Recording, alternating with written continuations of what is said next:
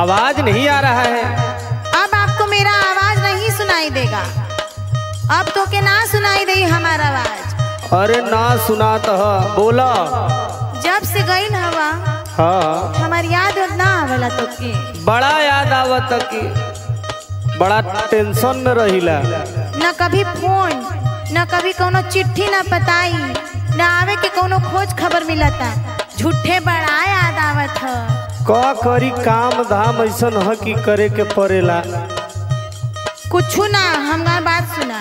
सुनावा। जहिया से कैला पिया बंगाली निया के देसवा हो। ए पिया बंगाली निया के देसवा हो।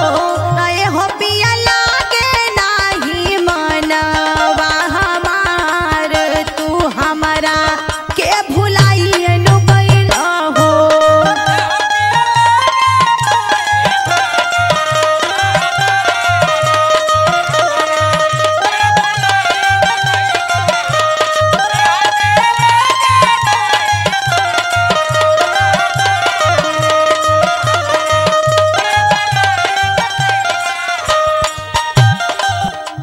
ऐसन मत सोचा, हमहू याद करीला। और सुना हमार बात। बोला।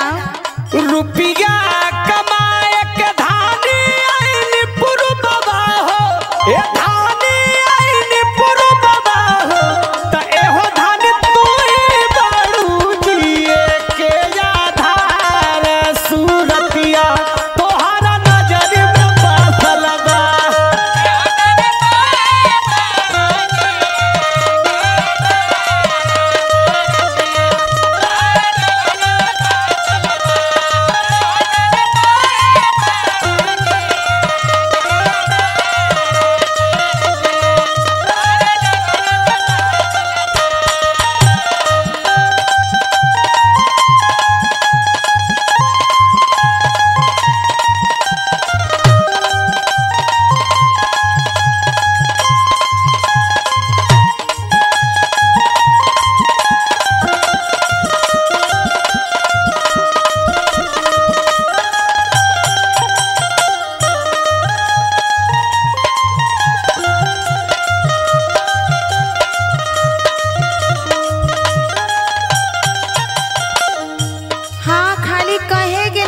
बसल बा।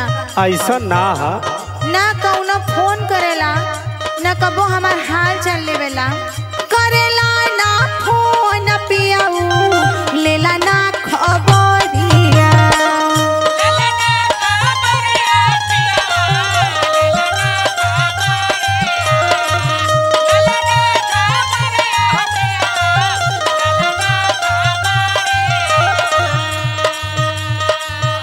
अचको ना सोचला कैसे होखी में हरिया।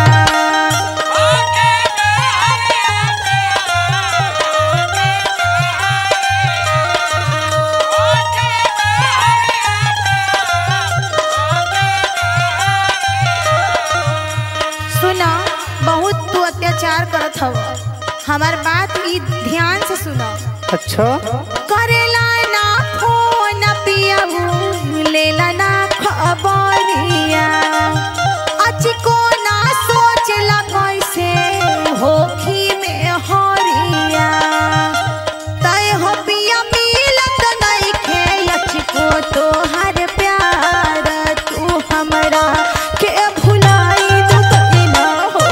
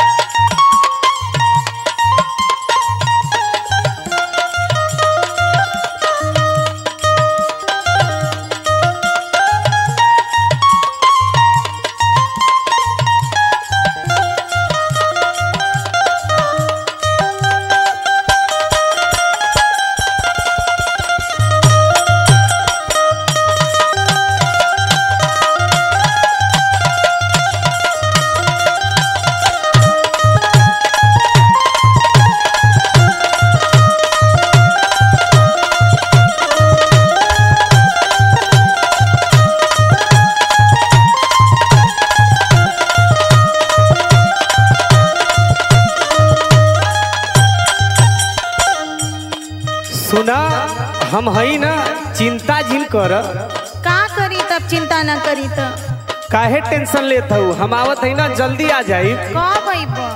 अरे बड़ी जल्दी आई। अब तो के हम खोफिया मिठाई भेज देतनी, खूब चावल कर। हम आवत तानी कुल दिक्कत परेशानी तो हार दूर कर दे।